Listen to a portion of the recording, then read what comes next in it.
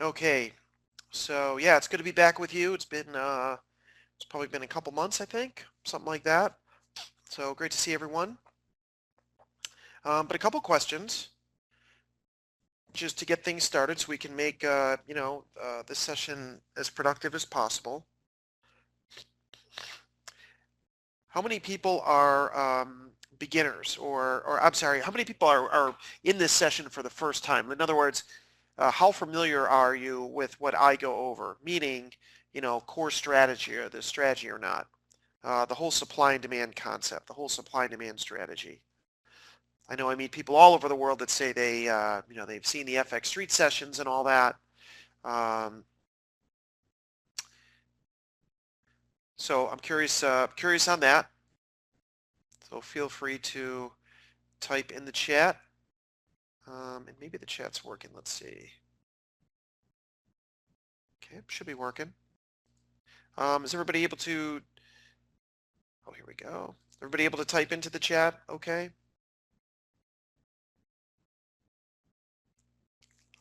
All right. So again, who has so I assume no one really answered. So does that mean most of you are familiar with the strategy? Because that'll let me know, how fast I should go, how slow, what needs to be explained, what doesn't. Okay, so most of you are first timers. I see. All right. Okay, that helps. So I see it's a mix. All right, great. Okay, so what we're going to do here, just so everybody's very clear in these sessions, and we're going to be doing about 2 a month, and we'll be doing about 2 a month, is going over strategy at a very basic level, but also the nice thing about the strategy, it never really gets complicated. It never gets deeper than basic, right? And any trading strategy, any investing strategy, what have you, that you use that works, really should never be complicated. Okay. All we're doing, let's take a couple steps backwards. So we are trying to answer two questions, right? We're always trying to answer two questions. And let me show you this real quick. Let me go right here. Hang on. There. So take a look at the screen, right? We're always trying to answer two questions at the end of the day, whatever we're trading. Stocks, futures, Forex, options, you name it. The two questions are where will price turn and where will price move to? If we can answer those two questions, do we really need anything else? Right? That's the main thing. So your audio should be fine. I see a couple people have audio challenges, but should be fine. I'll just type to them. There we go. All right. So if we step backwards a little bit, how does this work? Well, let's answer those questions. And then let's spend most of our time today looking at price charts and seeing what this looks like on a price chart. So then we can now start making money with it. Does that make sense? But I can tell you right off the bat, if you're going to be successful with this, you're going to need to keep it really, really simple. Okay? If you can keep it simple, if you can follow simple rules, you'll do fine. If you can't, it will be a challenge. So where will price turn? Let's answer that question. Understand that price turns at price levels where supply and demand is out of balance. In other words, I started my career on the trading floor of the Chicago Mercantile Exchange, handling institution order flows. So I had big buy and sell orders in front of me at all times. Now understand that these were unfilled buy and sell orders, right? So if I wanted to know where price in a market was going to turn, all I had to do is look down in front of me at the orders and figure out where the biggest stack of buy orders was below price. That's where the market's real demand was. And sure enough, price would come down to that level and turn higher. If I wanted to know where the market, was going to stop rallying and turn lower, all I'd have to do is look down into the, right where I had all the sell orders and find the biggest stack of sell orders above current price. And that was the market's real supply. Does everybody understand that? And all that would happen every day, every week, every month is price would move from supply to demand and back again. And that's how it all worked. Now, the nice thing is for our group here, because I know most people are looking at FX markets, so the Chicago Mercantile Exchange, the trading floor in the early, in the heyday of trading when I was there, you had two trading floors, and I was on the FX trading floor. So I kind of grew up and got groomed as an FX trader. I traded pretty much the Japanese yen for the first, year or two of my trading career in yen options. But anyway, so I think we understand that prices turn at price level where you have, unfilled orders cause prices to turn. Not any old unfilled orders. We want significant unfilled orders. Not any supply-demand imbalance, but a significant supply-demand imbalance. Right? So unfilled orders cause prices to turn. That's supply and demand. In a couple minutes, we're going to go to price charts, and we're going to focus on what that looks like on a price chart. Okay, remember, I spent a long time figuring that out on a trading floor, and it really wasn't that hard, but we'll go over it in a minute. And once you see that, you now know where big banks are buying and selling in the markets, so therefore we can buy and sell there also. But just because you've identified where prices are going to turn, that's only half the battle. The second part is we need to understand and be able to predict with a high degree of accuracy where prices will move to. So once they turn, where are they going to go? So if unfilled orders cause prices to turn, filled orders facilitate price movement. Does that make sense to everybody? Does anybody not understand that concept? And when I say that, I'm not asking if you could see that on a chart. I'm just making sure everybody understands that concept. Because if you've got that logic locked into your head, then we can then go to price charts and say, okay, here's exactly what that picture looks like on a price chart, and we can start making some money. Does that make sense? Okay. Any questions on that basic concept? No questions. All right. Sounds like we're ready to move on.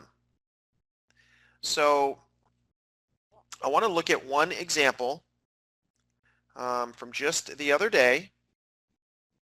Okay. So does everybody see? Let's go back to a different market real quick, and then we'll look at one chart. And because I want to make sure you get this, and then we'll go through all the major FX markets. Okay. So let me get some data in here, and I think you'll get this. Now, if you have any questions on any of this stuff beyond this point, I'll have some contact information for you at the end. Could certainly help you. So take a look at the screen. I'm going to move this chat box around. All right, is everybody looking at this? Okay. So in our, I do a live session every morning for members, okay? And in there we go over, we set up trades in futures markets, plenty of Forex markets, options, stocks, you name it. And a recent move that we had over the past few days was price just came into one of our supply zones in the S&P at 2940, and we were able to short it and make money all the way down to 28.65. It hit 28.65 yesterday. So from 29.40 to 28.65, that was the trade. Now, let's go back to those two questions. How were we able to predict this with such a high degree of accuracy? Well, first, we answer question number one. When price was down here, I'll explain the white space in a minute. When price was down here, we had this supply zone above, or unfilled orders. This picture here represents the picture we're looking for. So we have the pattern, which we'll get into another time in a lesson. All right, a little bit of basing, strong drop in price, very little trading at the level, all that. But when we had this supply zone up here, at the time price was up here, the nearest area of significant demand was not till down here at 28.65. All of this stuff in the middle is not supply or demand. Okay? So here is our supply. Here is our demand. Those two yellow boxes represent unfilled buy and sell orders, significant supply and demand. That's where banks were buying and selling the S&P. Okay. Now look at the white boxes. What picture does that represent? Filled orders or unfilled orders? What would you say? Filled orders or unfilled orders?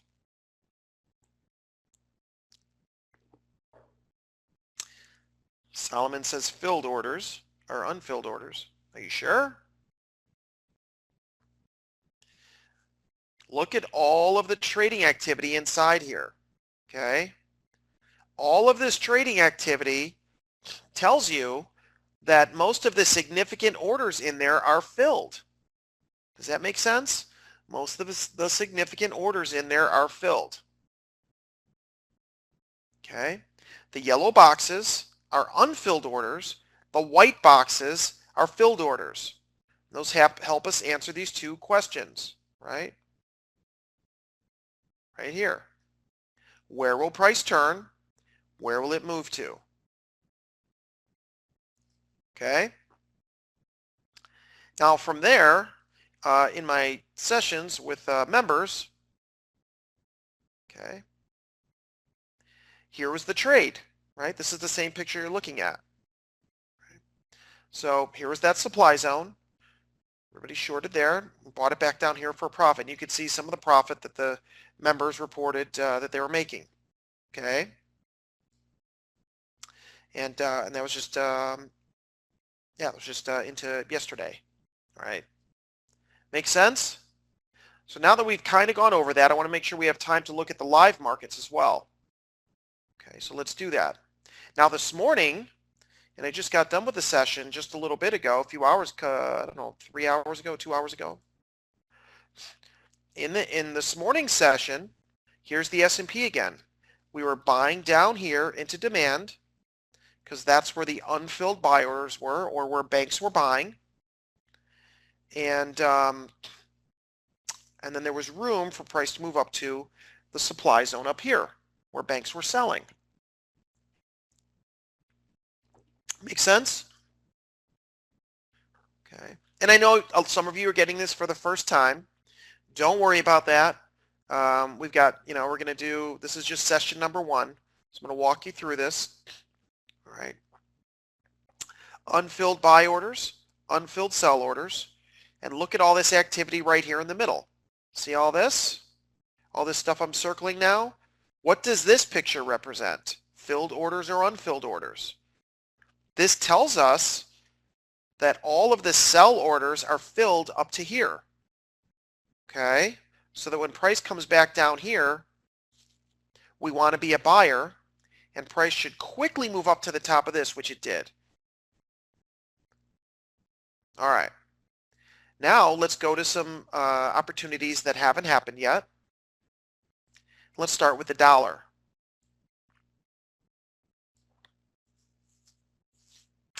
Yeah, so Oscar, that's a great question. He's asking, if you have a zone on top of another zone, how do you, let's see, how do you, which price, I think you're saying, how do you pick which one price is going to turn at?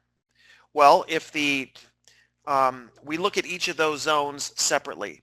And if the one closer to price meets all the criteria we're looking for, we just use that one. But when they're really close to each other, which happens a lot, multiple times a week, then we'll just combine the two. And that just makes for a higher probability level. On those, often we can increase position size and increase our risk a little bit because the probability or odds of the trade working are so high.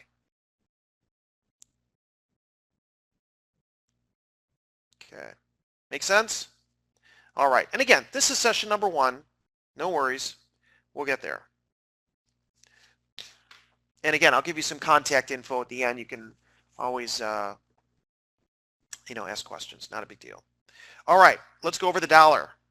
So we always start with the larger time frame. And notice on this workspace before I dive into this. On the left, we have our small time frames. In the middle are I wouldn't call these big time frames, but they're certainly bigger, right? Hourly chart, 4 hour at the bottom. You don't have to go with those time frames exactly. And then on the right are our larger time frames, our daily and weekly time frames.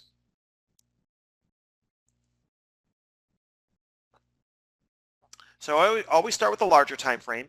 And and the reason why we're starting with the dollar, we will always start with the dollar in these sessions because it's the most important chart to look at. And not just for, obviously, for trading FX markets, but when you're trading commodity markets or, FX markets against the dollar, even equity index markets, and certainly bonds. I mean, we want to know where the dollar is going to turn and where is it going to go. Okay. Okay. Yeah, the topic of the webinar is, the topic of all of our webinars is we're always going to be focused on market timing. Okay. Using one simple rule-based strategy, okay, that tells us where significant supply and demand is in the market, specifically where banks are buying and where banks are selling, so we can buy and sell there also.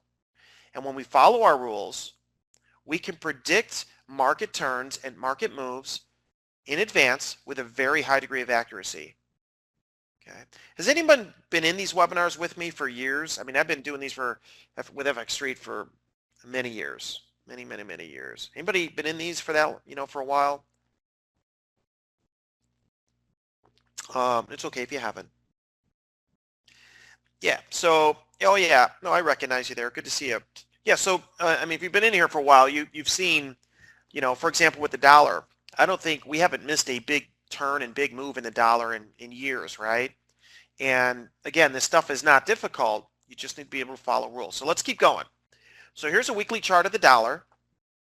Here's our supply where big banks are selling. Here's our demand where big banks are buying. Yeah, that dollar Canadian's been great for us over the years. They all have, but let's keep going. Good to see you. Okay. Another word for supply, by the way, retail prices. Another word for demand, wholesale prices. Okay, so we're able to buy down here and potentially sell up here if we want to. Now, we've been back here once, but notice we've just touched the level. So that actually is another clue that there's quite a bit of supply up here, right? So that if and when prices come back up here again, we expect them to turn lower. This is not a pair. This is just a dollar index. We want to start here because this will help us make decisions in some of the other markets that we're going to look at. Okay. This is the lowest risk, highest reward, and highest probability way to buy low and sell high in really any and all markets. And I need to make sure I say that. I assume that everybody knows this, but remember, everything we're going over here in these sessions, you apply equally across any and all markets. Stocks, futures, Forex, options, and any and all time frames, meaning for any financial purpose. Daily income, weekly income, and of course, building and protecting wealth. All right. So above the supply zone here, Tobias, is another supply zone. I just wanted to point that out. And so in time, and this is not going to happen anytime soon, when all the supply here is gone and price moves higher, it's just going to run into another supply zone above. So in other words, longer term, the dollar is not likely to go, for example, up to here, not likely to go there anytime soon. Would take weeks and weeks and weeks for that to happen. Okay, so now we've looked at the larger time frame, so we know where we're at. Now let's go down a couple time frames. When we go down to, not the daily chart, sorry, let's go down to the 4-hour chart. Here's a trade that we took the other day in our morning sessions. Now, most people shorted the euro right here. Okay, this is the dollar hitting demand. Now we're on a 4-hour chart and rallying up. Okay, so what you would do with this information when price is down there is look at some of the major currencies against the dollar and short them into supply. Let's go down to one more time frame because this is the one we'll be able to take some action off of, and this is the hourly chart. Okay, so again, over the past couple days, we've been either buyers of dollars or sellers of other currencies against the dollar right here in the 95.50 area. Now, what if price comes down here again? Should we buy it again down here? Would we do that? No, we wouldn't. Because, remember, for those that are new to this, we always want to get in, we always want to buy or sell at a demand or supply level the first time price comes back to that level. It's okay to do it a second and third, but only when price just touches a level. So this this level up here, this demand zone, we would not buy again here because each time price comes back to the level, more of the demand is being filled. More of the buy orders that are sitting there are being filled. Therefore, prices now, because it went so deep into the level here, price is now likely to go lower. Where is it likely to go? Down to the next stack of buy orders. Now down to the next area where big banks are buying. Okay. So here though, notice price just touched the level and rallied up. Again, that tells us that there's lots of demand for dollars down here. So here we would be okay buying another pullback to that level. Right? Yeah, Alexander, how we, exactly how we get to the zones, I'm gonna go over that. There's not enough time today to go into that detail, but I wanted to start the session with just covering the concept so you understand that, and hopefully you do. And if you don't, it's okay. And then the next session, yeah, it's a big topic. And then the next session, we'll get deeper and deeper into exactly where the zones and why and all that. Does that make sense? Okay. All right. Just get the general concept down for now. We'll get to all the rules in time. So next place we'd be aggressive buyers of the dollar is this 95 even. But we need to see what the profit zone looks like on the upside. Remember, you have to have a profit zone. We haven't talked profit zone yet. Look, to some of you, this is a brand new language, and I totally get that. But trust me, in time, it'll make sense, and I think it'll work really well for you. Okay. All right, so that's the dollar. Let's move on to some other opportunities. Let's go over to the euro. Let's start with the euro spot. Or not the euro. Let's go to the Aussie dollar. I think I want to look at the Aussie dollar. What did we have in the Aussie dollar? Oh, yeah. So with the dollar, US dollar, getting closer to that supply zone and room below to the demand zones, that's propping up some of these other currencies. So I want to take a look at the Aussie dollar, and let's bring this chart down to maybe a little bit smaller time frame. Okay, like this one right here. Now watch. So the Aussie dollar is rallying. So where is it likely to stop going up, and where is it likely to turn lower? That's the big question. Well, we start with current price. We look to the left and higher, and we come to two supply zones that, let's see, these I think will meet the criteria we're looking for. I'm going to come to one here. And then, of course, let's just start with this one. All right.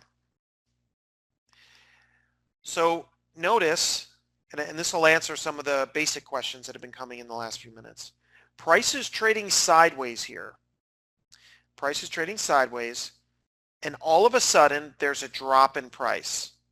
Understand that the only reason why price drops from this level as it does is because supply exceeds demand at this price point. Okay, so for all you people that are new to this, okay, again, price is trading sideways. This drop in price right here, we don't try to predict that, and we're not trying to make money when that happens. Instead, we let it happen. When it does, that tells us supply exceeds demand at the origin of that drop.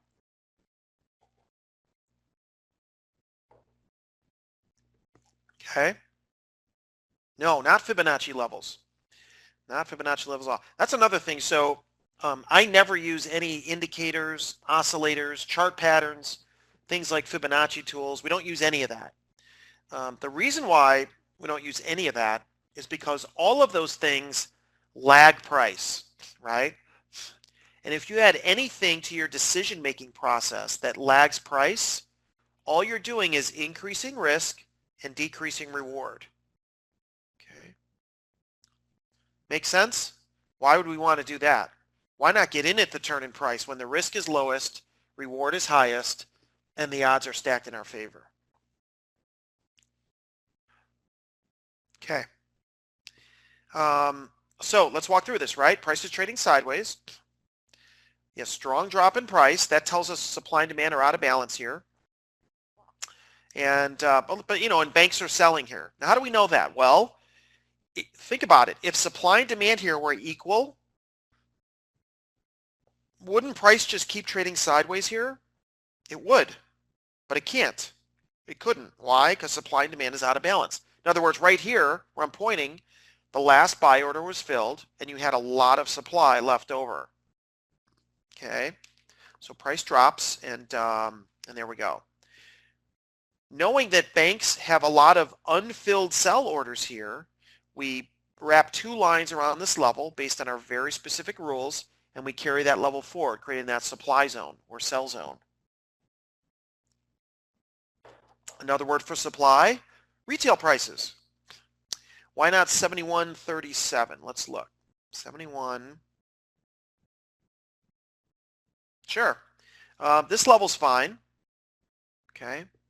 And so is this one up here. So the three levels that we would look at, yours is fine. And then there's one more up here. I'm only putting in this first one because that's the one that's going to hit first. Okay. And that's the one that's highest probability. So let's put these in. 1 second. Okay.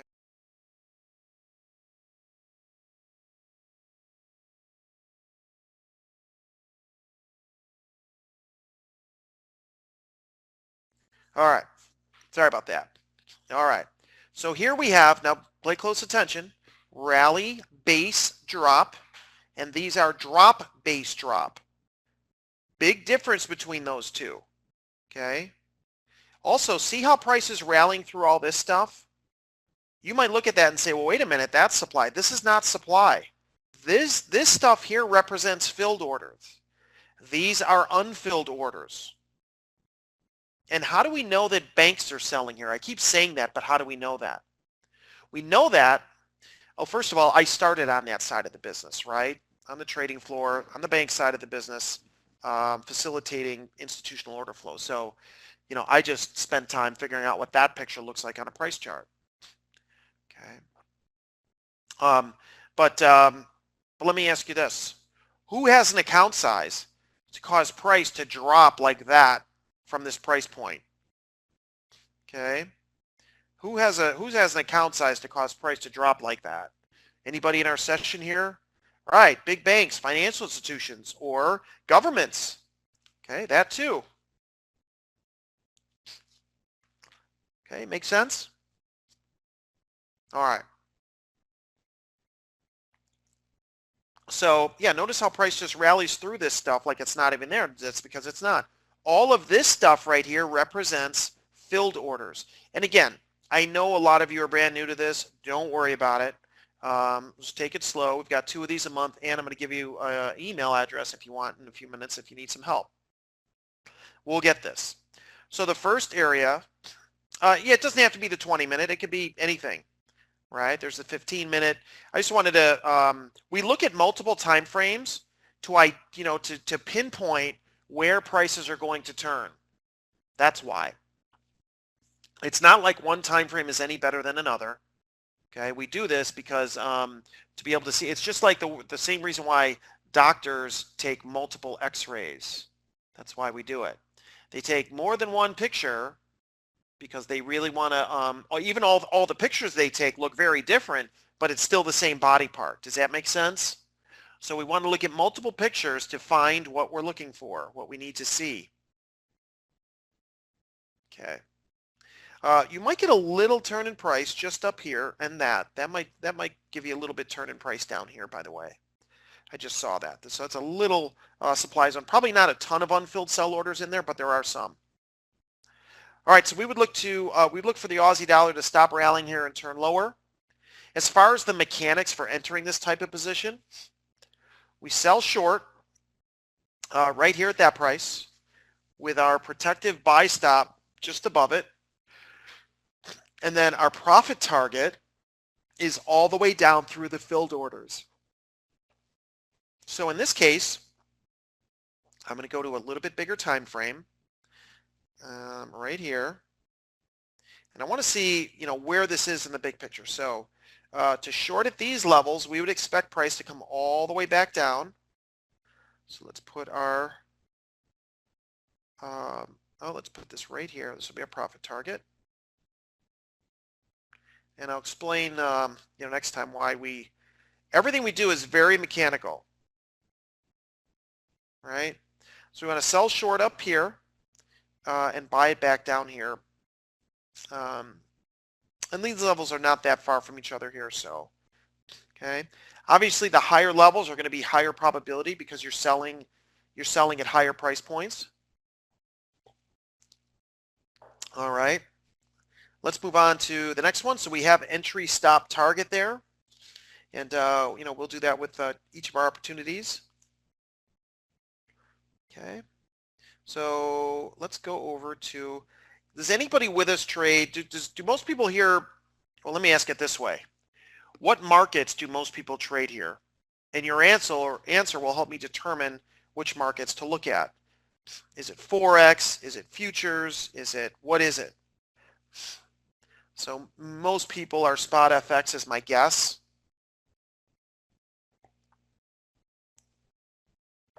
Okay. So let's go over to, I'm glad I asked.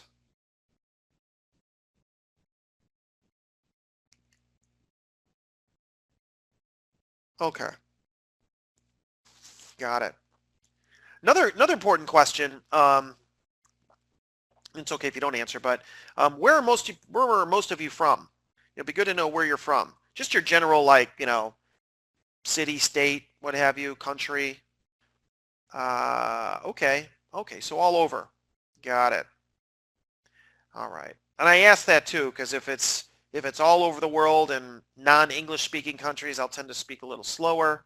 If it's mainly English speaking, I'll go a little faster. So I gotcha.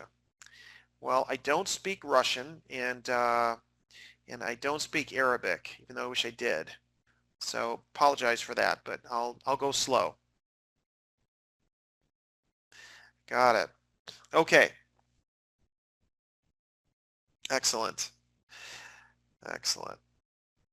No, I cannot speak Cantonese. No. Hey, how you doing, Raymond? Yeah, we were just together, and I was just in England the other day. I'm in Chicago. I live in Chicago. So, all right, let's go to. Good to see you, though. Good to see you. All right, let's now look at the yen.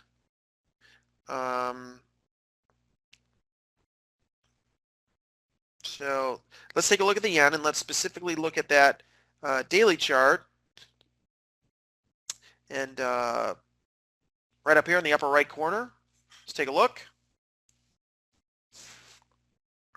Oh, you're from Namibia. That is definitely one of the top 3 places I want to travel to. I've never been there, but I definitely want to go.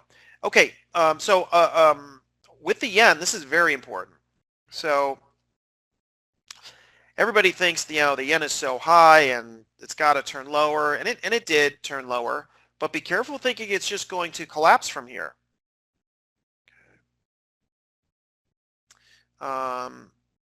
Because let's get into this. We have a demand zone there. Basically what I'm getting at is we have demand on top of demand on top of demand. Okay. Right here. There's that.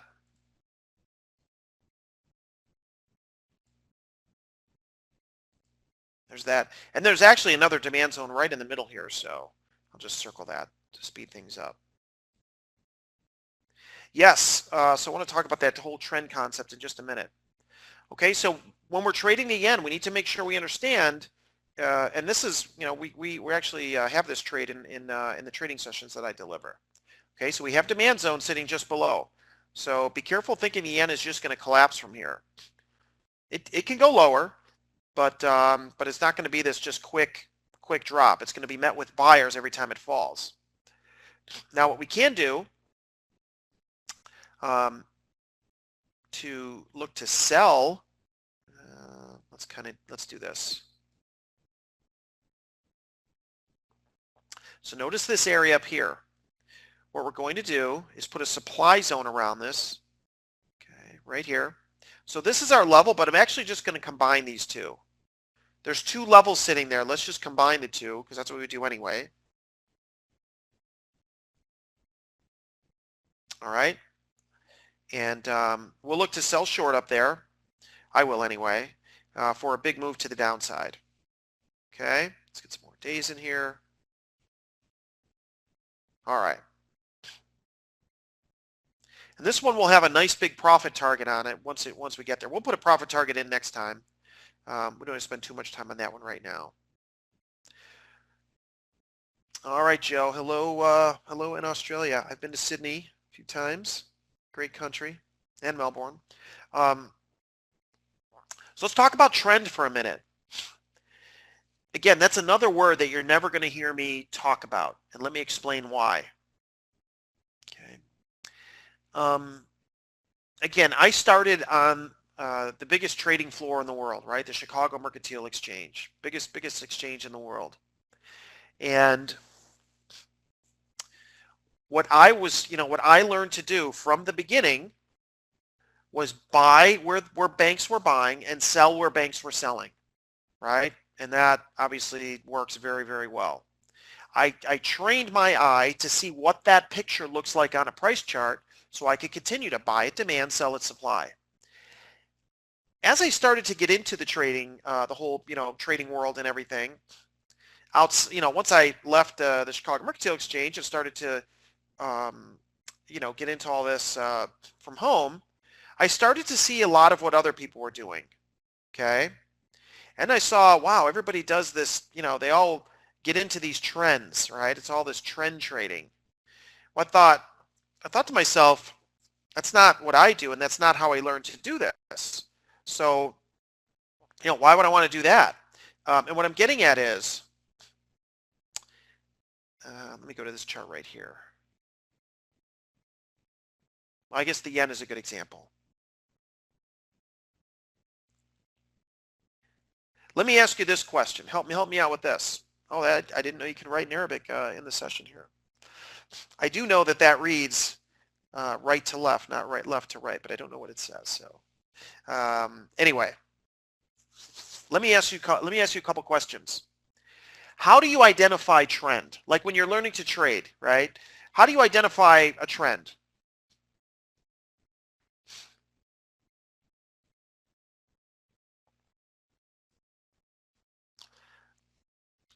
Higher highs and higher lows, lower highs and lower lows. Exactly.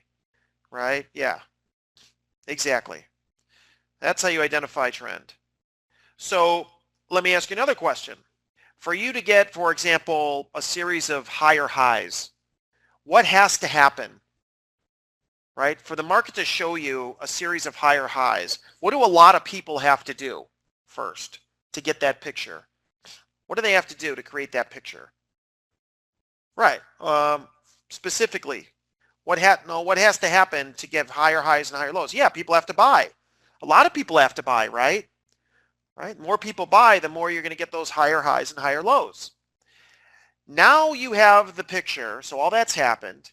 Now you have the picture of higher highs and higher lows. And that now says that it's okay, you now have an uptrend, and now you can, right? What are you supposed to do when you now see that picture? When you now see the picture of higher highs, now you go in and buy. You kind of see where I'm going with this? What's wrong with this? Right? What if right? Think about it. When you buy, a lot of people have already bought. Does that make sense? Same thing for a downtrend. Like the first time I heard about like trend trading, it never made sense to me. It's like, well, why do I want to buy now? A lot of people have already bought. Okay? Think about this. Why does that picture that shows you higher highs and higher lows, right? Meaning a lot of people have bought and now it's time for you to buy. Why does that picture need to be everybody else? Why can't you be a part of that? You get my point? Why does that have to be someone else? Why can't it be you? Because if you think about it, that picture of higher highs and higher lows, what really is it? It's an invitation. It's an invitation that goes out to novice traders around the world that says, okay, it's now okay for you guys to buy. Everybody else, we've already bought, so now you guys come in and buy. You see what I'm saying? Don't forget how you make money trading anything.